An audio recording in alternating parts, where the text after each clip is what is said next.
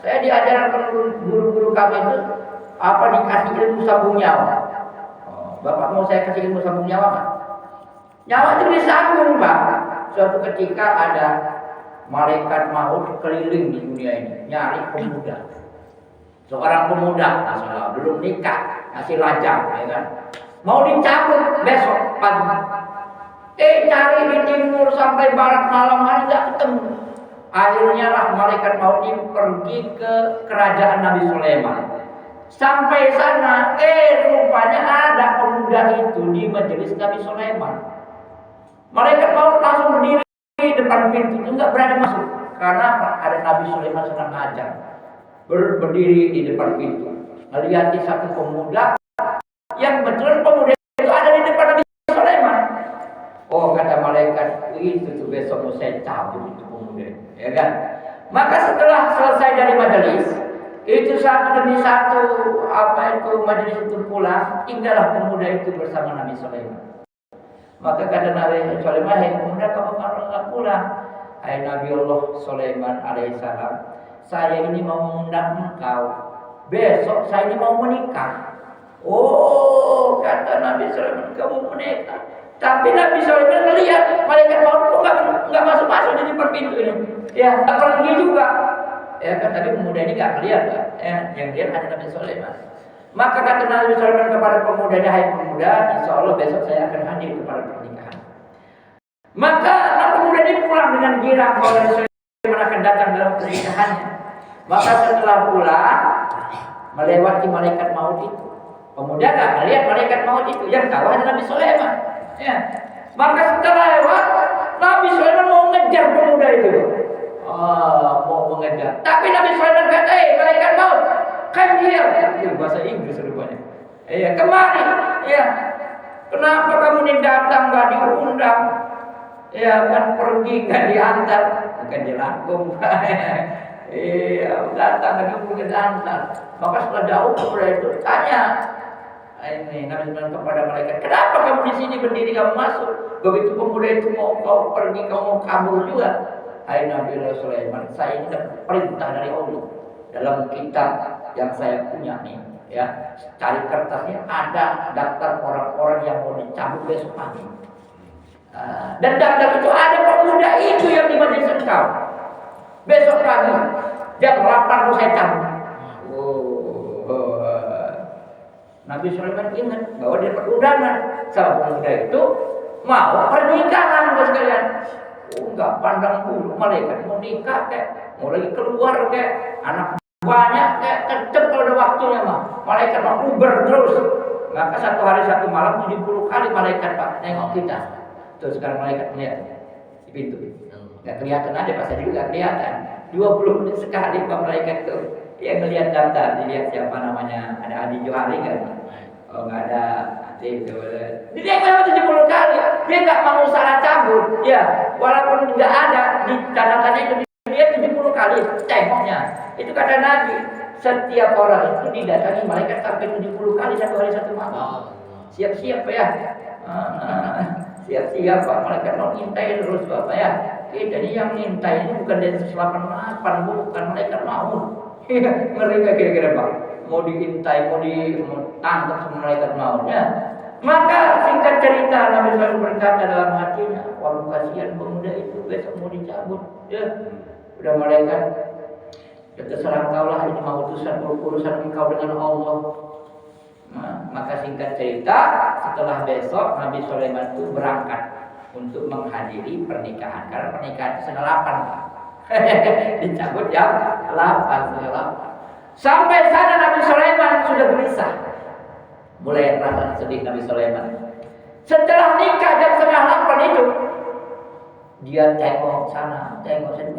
Malaikat maut gak datang sampai jam 8. Sampai siang ditunggu Nabi Sulaiman gak datang juga, gak pulang, keliling melihat yang malaikat maut nih, ya kan? Gak tega gitu. Sampai siang malaikat gak mau, gak datang. Sehingga Nabi Sulaiman berkata dalam hatinya, awas tuh, malaikat maut kayaknya ngeprank saya. Iya, katanya mau nyabut pemuda itu, tapi kok dia telah dusta, telah menipu saya. Awas kalau ketemu. Maka ada setelah Nabi Sulaiman pulang, sehari, 2 hari, sebulan, sampai anak yang menikah itu, ya, punya anak, sampai banyak anaknya, udah 10 tahun, 20 nggak tinggal juga. Nabi selalu nambah marah, awas ke malaikat maut, tipu saya gitu. Nah, seorang Nabi lalu ditipu. Singkat cerita, berjumpalah Nabi Sulaiman dengan malaikat maut. Malaikat maut, kamu telah berdusta atas nama Allah, kau telah mendustai Nabi Allah, Nabi ya Allah Subhanahu wa Ta'ala. Oh, hai Nabi Rasul, enggak berdusta saya enggak pernah berdusta. Saya adalah malaikat yang enggak pernah berdusta. Benar, saya cabut pagi itu.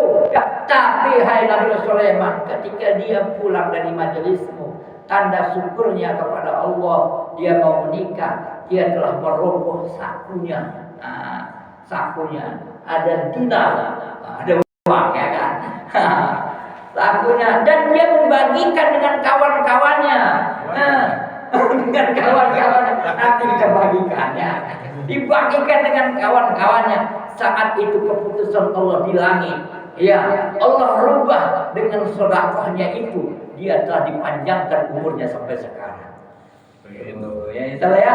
Bapak mau panjang umur enggak, Pak? Begitu. Ini ada cerita wali, Pak ya. Boleh dipercaya enggak? Boleh enggak? Ini cerita wali dari guru kami, ya kan? Cerita wali. Ada seorang orang yang baru tobat. Dia berguru pada seorang wali, ya. Ini bapaknya sakaratul maut. Dia datang kepada gurunya karena dia punya guru wali Allah, ya. Hai guru, saya ini punya bapak. Bapak saya ini masya Allah, ya belum terlalu tua lah, ya kayak saya lah umurnya gitu kan, anaknya banyak itu. Ya, tolong doakan kepada Allah agar disembuhkan penyakit bapakku ini. Kayaknya sudah sekarat lah. Maka wali tadi, oke, kalau gitu, kalau kamu ingin bapakmu sembuh, boleh nggak bantu saya? Saya akan doa sama Allah, tapi bantu saya apa? Bantu kumpulkan adik kakakmu. Rupanya dikumpulin ada 5 orang Pak Yai. Nah, katakan kepada adik-adikmu, kakakmu itu, mau nggak mereka bersedekah umur kepada bapak? Maka dikumpulin, ya kan? Bapak sudah tua, saya akan dikumpulin. Maka anak-anaknya semangat mau bersedekah umur kepada bapaknya. Ya, berapa umur yang disedekahkan? Rata-rata anak-anak ini siap mendekatkan umur 1 tahun. Maka anak-anak anaknya 5 ini, 2 tahun. Iya, akhirnya bapaknya ini dapat sedekah umur 5 tahun, setahun. Maka wali itu berdoa kepada Allah, ya Allah, ini anak-anaknya, ya kan, ingin bersedekah umur kepada orang tuanya karena sayangnya anak kepada orang tuanya, ya kan? Maka ya Allah, terimalah pengorbanan mereka. Ketika didoakan wali ini kok, masalah namanya wali Allah, Allah langsung kabulkan. Itu bapak langsung sehat. Subhanallah. Dan umur bapak itu tepat nambah 5 tahun dan kemudian baru meninggal dunia. Tapi kaidah sedekah apa? Ngasih 1 dapat berapa? Kaidah sedekah dalam Al-Quran, ngasih 1 dapat berapa? 10.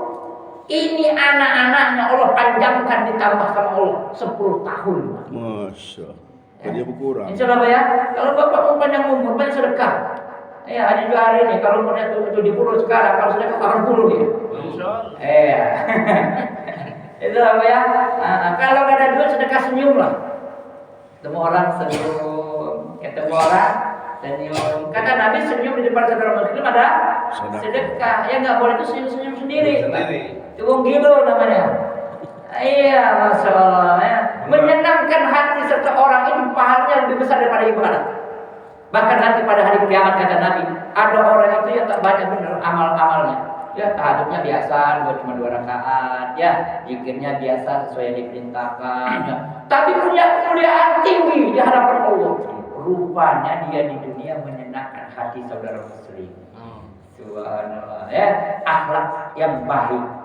Ya, bapak nggak perlu mempang-mempang lah zikir. Kalau mau zikir bagus juga, ya. Cukup punya akhlak yang baik saja, masya Allah. Maka luar biasa dan kemuliaan di sisi Allah Subhanahu Wa Taala. Hatinya salam, lapang dada, wajahnya cerah, ya kan? Wah, temu orang senyum, masya Allah ya. Ini orang yang walaupun amalannya dikit disenangi seluruh manusia di muka bumi ini. Ya, bahkan di langit kata Nabi. Ya, kata Nabi begitu. Barang siapa yang dia berbaik kepada penduduk bumi, ini ya kata Nabi. Hadis qudsi. Barang siapa yang berbaik pada penduduk bumi, ya, maka penduduk langit akan berbaik pada dia. Masalah ya. Kenapa? Dapat cinta Allah, ya, dapat cinta malaikat. Kalau orang ini nggak pernah punya masalah dengan kawan, nggak punya masalah dengan tetangga, dia senyum, maafkan kawan, maafkan tetangga, bapak ini akan dicintai di langit dan dia akan dicintai di bumi. Salah ya? Ini ilmu sambung nyawa tuh ya. Alhamdulillah orang Sulawesi dapat ilmu sambung nyawa dari saya ya. Kenang-kenang sampaikan ini sambung nyawa. Ini bukannya main-main, ada sejarahnya. Sejarah Nabi Sulaiman sampaikan. Ini adalah makomolog. Bala ini Pak, nggak akan melewati orang yang menyedekahkan hartanya, menyedekahkan apa yang dia punya. Ya, bala ini akan terselamat. Keselamatan dari bala. Ya. Bahkan sekalian di zaman sahabat Nabi Sallallahu Alaihi Wasallam, ya, ada satu sahabat yang dapat kabar rumahnya kebakaran, ya kan? Ini apa? Maksudnya amalan itu nggak akan bisa mengalahkan seluruh obat di muka bumi ini, Pak. Ya, sehingga sekalian datang lagi, hai sahabat rumah, nggak mungkin kebakaran. Kenapa? Pagi tadi saya telah zikir, tuh, ya, nggak akan. Ternyata benar Pak, begitu dekat rumah dia mati itu api itu nggak bakal rumah dia. Tuh, salah ya, jaga daripada sedekah ini ya. Kalau bapak nggak ada duit bukan sedekah, bukan duit saja Pak ya. Muka manis di depan saudara muslim itu sedekah, ya. Bahkan Pak bisa menyelesaikan masalah ini muka manis ini Pak, ya. Bukan saja uang ini sama sekali, muka manis, ya kan. Kalau bapak ada masalah ya di rumah bapak, ya, bapak kedatangan tamunya muka manis, atau bapak ke rumah kawan mukanya manis, senyum, gitu kan, ramah, itu punya masalah langsung hilang tuh Pak. Tapi kalau bapak nggak punya masalah, ketemu kawan cemburu, tambah masalah ini. Saudara ya, bapak sekarang latihan senyum lah, ketemu orang usah terlalu banyak dakwah itu. Bapak ketemu 25 orang, kalau nggak bisa kamu senyum, assalamualaikum, gitu aja. Itu sekalian menyusuri rahmat akan datang di mana-mana. Ya, akan menjadi asbab hidayah, bukan? Tapi kalau bapak yang ngeliat orang cemberut, banyak masalah, kayak mana mau dakwah ini orang senang sama kita, ya? Salah ya? Itu masya Allah. Siapa nanti mulai saat ini bapak mau buka cerah? Ya, walaupun bapak punya masalah, masalah bapak banyak, masalah saya banyak ya. Tapi kalau bapak memasangkan wajah cerah, nanti permasalahan bapak akan ditolong sama Allah sekalian. Ya, dan untuk mendapatkan ini semua cahaya wajah, ya, wajahnya cahaya, lisannya hikmah, hatinya lembut, tangannya dermawan, nggak ada cara lain untuk mendapatkan dengan usaha dakwah. Kenapa? Al-imanu yaqti bidakwah. Iman itu akan ada dalam kehidupan kita dengan usaha dakwah. Kalau nggak ada dakwah, nggak ada iman. Kenapa? Ada orang beriman karena ada orang dakwah. Ketika Nabi buat usaha dakwah, muncul orang-orang beriman. Ketika Abu Bakar dakwah, muncul orang-orang beriman. Sunnatullah, kalau dakwah dibuat, orang beriman akan muncul di mana-mana. Tapi kalau dakwah sudah ditinggalkan, maka akan hilang orang beriman di muka bumi ini. Orang yang punya nggak bisa baca Al-Quran lagi, orang udah nggak tahu lagi perintah-perintah Allah, karena sudah ditinggalkan usaha dakwah ini. Ya. Dulu Pak, yang dakwah ini para nabi, para rasul, ya, para sahabat, sehingga ada agama di mana-mana. Bahkan Bapak sekalian, yang dakwah ini sekalian, yang menderita untuk agama ini, bukan saja sahabat yang sudah tua, orang-orang tua di zaman sahabat, bahkan anak kecil di zaman sahabat pun telah menderita untuk agama. Ada satu anak namanya Basir.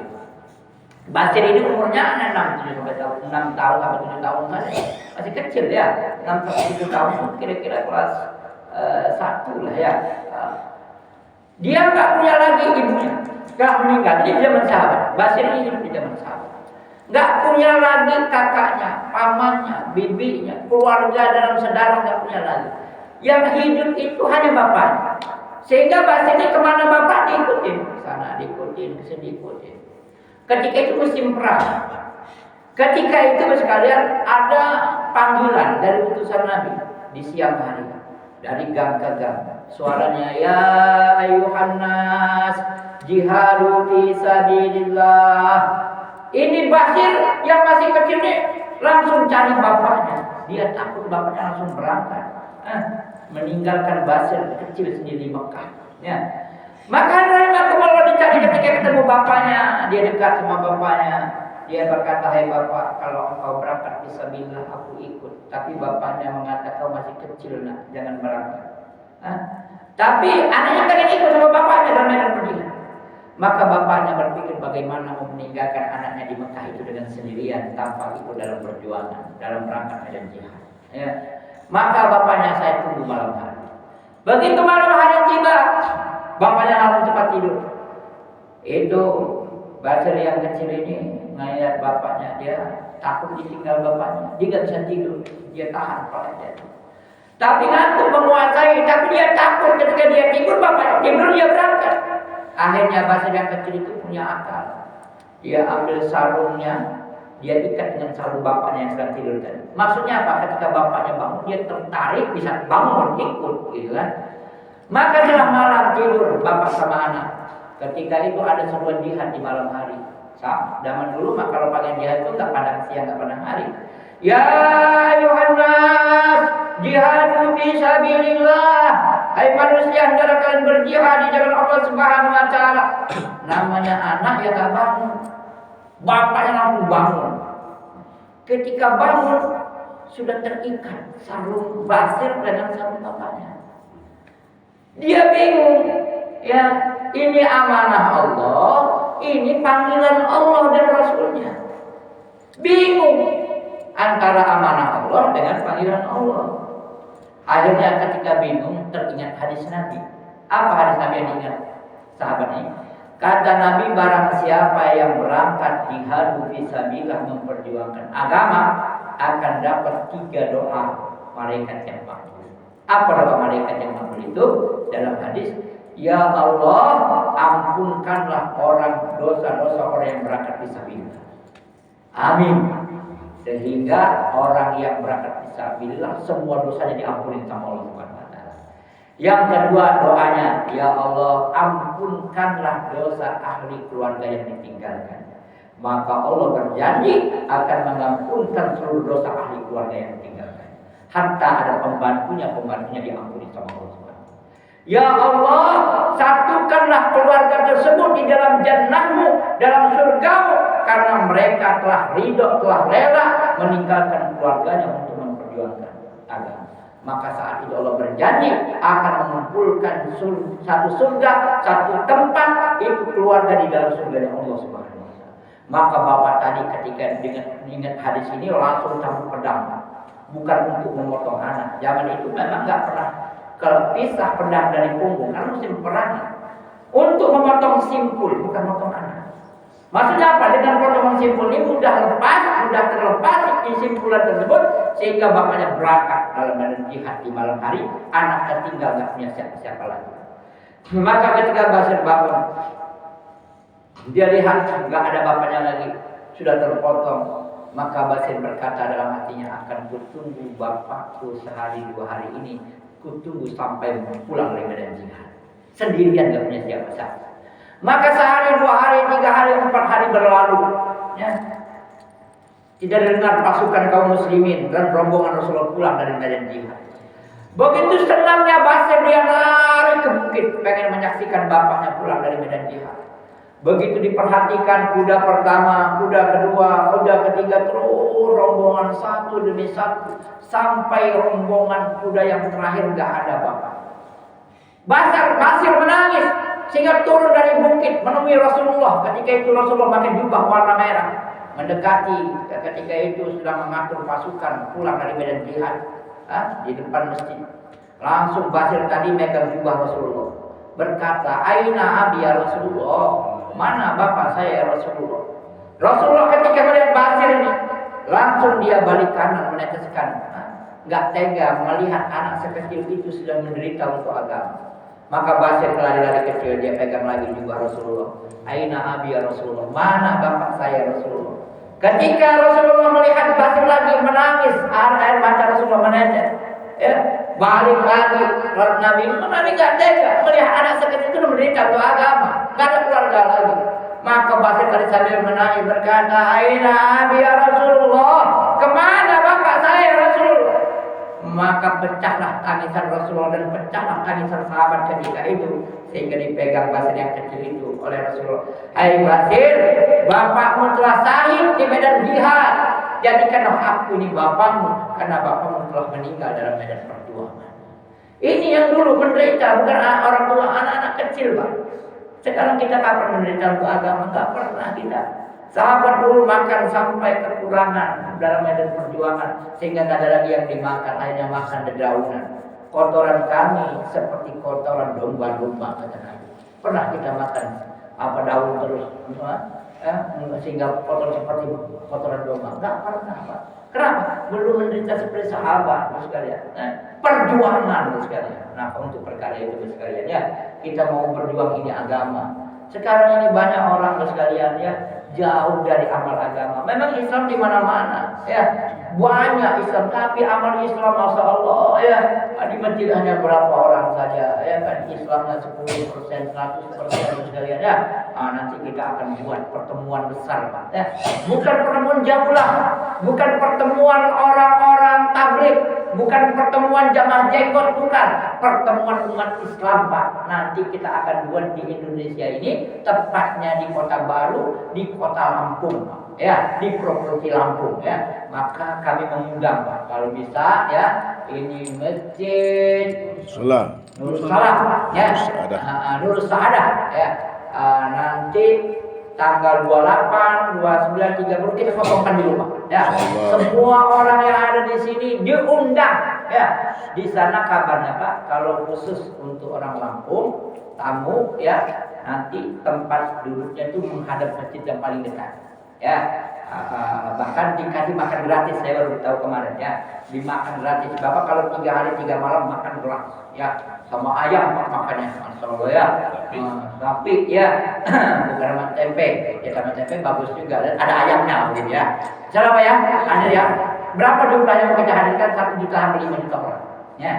Dan kita akan membentuk 15.000 rombongan dakwah ke seluruh dunia. Memang dulu Nabi itu rombongan-rombongan, Pak, ya, nggak minta bayaran, nggak minta upah, ya kan? Ikutilah orang yang menyeru kepada Tuhannya yang tidak minta bayaran dan upah, ya. Kita akan berkumpul di sana. Mudah-mudahan bapak-bapak bisa mencatatkan nama, ya. Saya juga insya Allah sudah catat, Pak, di Halko, ya, untuk berangkat ke Sulawesi rencananya. Ya, karena orang Sulawesi nyerang Lampung, berarti kita mau serang juga Sulawesi, ya kan? Biar satu sama, ya kan? Kita ini nggak mau kalah, ya, draw itu paling mudah, ya. Kita satu sama mau kita serang di sana. Doakan saya, ya kan? Dengan doa-doa bapak-bapak ini mustajab, ya. Karena doa fisabilillah ini paling doa yang mustajab, ya. Enggak ada yang lebih mustajab pada fisabilillah. Banyak rata-rata orang yang doa fisabilillah itu rata-rata 99,99% kabul, ya. Kenapa? Karena telah bantu agama Allah. In tansurullah yansurkum wa yusabbit aqdamakum. Jika kalian membantu agama Allah, maka Allah akan bantu kalian. Tuh, ya. Kalau Bapak ini bantu agama Allah, dibantu sama Allah, Pak. Ya, ibaratnya jangan kita itu minta bayaran belum kerja, ya, belum kerja minta bayaran. Kira-kira ngapung nggak itu, bos? Ngapung. Begitu juga Allah, kerja dulu, dakwah dulu, baru minta bayaran, Pak. Ya, jangan minta dulu sama Allah, ya. Dakwah dulu, nanti baru ada pertolongan Allah. Kenapa sahabat-sahabat dulu ditolong sama Allah, sekalian? Karena sahabat ini memperjuangkan agama, bantu agama Allah. Sehingga pasukan yang sedikit di Badar itu, Pak, 313 orang ahli Badar itu, Pak, bisa mengalahkan 1.000 orang kafir dengan pasukan yang begitu kuat, kuda yang begitu banyak, senjata yang begitu lengkap. Cuma 313. Kenapa? Karena ada pertolongan Allah. Ya, kita ini walaupun pasukannya besar, karena nggak membantu agama Allah, nggak ada pertolongan Allah, kalah tuh sama orang kafir. Iya, kenapa? Karena bukan berjuang karena Allah itu. Ada yang memang jihad juga, memperjuangkan keluarga, memperjuangkan tanah, memperjuangkan negara. Ya, tapi pertolongan Allah nggak datang di situ. Kenapa? Karena bukan berjuang karena agama, karena mempertahankan tanah, mempertahankan keluarga. Ya dapat pahala jihad juga, tapi nggak langsung cash. Coba kalau perang karena agama pasti menang. Karena doa Nabi apa? Ya Allah, jangan matikan umatku dalam keadaan lapar. Amin, dikabulkan. Ya Allah, jangan kau kalahkan umatku dengan orang kafir. Amin, dikabulkan. Gara-gara orang meninggalkan perintah, salah satu perintah Allah dan sunnah Nabi, kalah perang di zaman sahabat. Gara-gara orang ninggalin siwak. Ya kan? Ini pasukan yang dikirim Umar bin Khattab. Ini perang kok kalah terus, sehingga bingung Umar nih, kenapa pasukan Islam malam orang kafir kalah perang terus. Akhirnya Umar bin Khattab nih langsung mengirim 3 ahli badar yang sudah tua. Seharusnya Pak, kalau orang kalah perang harusnya dikasih pemuda yang kuat, pasukan yang banyak, tank baja yang kuat, bener nggak? Tapi Umar bin Khattab ini karena imannya bener, ada pasukan kalah perang dikirim orang-orang yang sudah tua, 3 ahli badar, udah ompong-ompong lagi.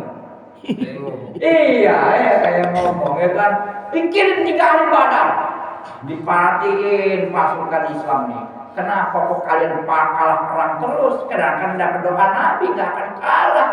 Dia akan matikan umatku dalam keadaan lapar. Ya, dengan kau kalahkan umatku dalam keadaan perang lawan orang kafir, dikabulkan sama Allah. Tapi kau kalah perang, ditengok satu persatu pasukan kaum muslim. Oh, kalian kalah perang ini karena meninggalkan sunnah Nabi. Apa sunnah Nabi yang ditinggalkan? Bersiwak. Oh, luar biasa siwak ini Pak ya. Sehingga kata sahabat, kalian bersiwak semua. Orang karena mereka itu ke kali, karena nggak ada pohon siwak, dia ambillah ranting-ranting, tasabbuh. Ya, akhirnya mereka memasak-masak dosa-dosa. Ya Allah, tauhid kami wa nawil qalbi wa tahir badani wa kharj jasadi Allah. Begitu sudah menyiwak semua, pasukan kaum kafir ini ada pengintainya Pak, mata-mata. Dilihatnya, bahaya nih. Orang Islam sudah kalah perang dengan pedang, kayaknya mereka ini mau mati-matian mengasah-ngasah gigi mereka, mau memakan kita, jangan-jangan. Ada pulanglah mata-mata tadi. Komandan, bahaya. Kenapa bahaya? Kaum muslimin sudah kalah perang dengan pedang, nampaknya mereka mengasah-ngasah gigi mereka. Mereka sudah siap mau mati-matian, mau makan kita nampaknya. Kalau langsung dikasihkan rasa takut dalam pimpinan orang kafir sama Allah. Kalau itu kita damai baik. Akhirnya damai Pak. Perangnya menang. Ya, kenapa sekarang nggak ada pertolongan Allah Pak? Ini kata ulama kan sudah banyak meninggalkan sunnah Nabi. Ya, salah Pak ya? Bersiwak Pak ya? Nggak ada hubungin saya lah kapan. Itulah mudah-mudahan Allah terima kita ya pengorbanan kita ya, semangat kita. Kemarin saya baru pulang dari Kota Baru, Masya Allah ya, sudah mulai ramai Masya Allah. Nanti tanggal 23-24 memang dihadirkan datang sana ya. Finishnya tanggal 25 jamaah sudah ditarik semua. Udah mulai berbondong-bondong sudah datang. Mudah-mudahan itu semua dikekalkan dalam usaha dakwah ya. Sabar Pak, memang perjuangan dakwah ini luar biasa Pak. Jangankan nanti orang yang nggak suka sama kita, anak nggak suka sama kita, istri nggak suka sama kita. Sebagaimana Rasulullah dulu ya. Semua kawan dan lawan suka sama Nabi. Al-Amin, Al-Amin. Ya. Tapi begitu sudah ngambil usaha dakwah, sudah buat dakwah sama Nabi. Oh, jangan ikutin Muhammad, kayaknya sudah gila sekarang. Jadi kita wajar Pak, kalau dibilangin orang gila sama orang itu nggak beres kayaknya, nggak tanggung jawab sama anak istri. Biasa itu Pak. Ya, Nabi Ibrahim alaihissalam meninggal istri bukan 4 bulan. Ya, 13 tahun Nabi Ibrahim itu ninggalin anak istri Pak. Ya, di lembah Bakkah. Ya, nggak ada tetangganya ada di dalam kitab 400 kilo jaraknya. Ya dari sini ke Palembang begitu kan. Masya Allah ya, berangkat 13 tahun. Sudah pulang, mau dipotong lagi anaknya. Perintah Allah dalam mimpi. Ya. Iya, ini kalau kita hidup di zaman Nabi Ibrahim, nggak mungkin kita mengikut Nabi Ibrahim. Kenapa? Udah keberes Nabi Ibrahim ini keadaan istri di lembah 13 tahun ya. Apalagi sekarang ya. Sekarang hanya ditinggal 3 hari 44 bulan masih ada tetangga yang kibir ketemu jawab. Masalah. Insyaallah ya. Mudah-mudahan Allah berikan kita kepahaman karena yang berikan paham Allah. Ada benar dari Allah yang hilangkan dari kami untuk sempurna dan tidak sudah doa kita. Jadi subhanallah wa bihamdihi subhanakallahumma wa bihamdika asyhadu an la ilaha illa anta astaghfiruka wa atubu ilaik. Assalamualaikum warahmatullahi wabarakatuh.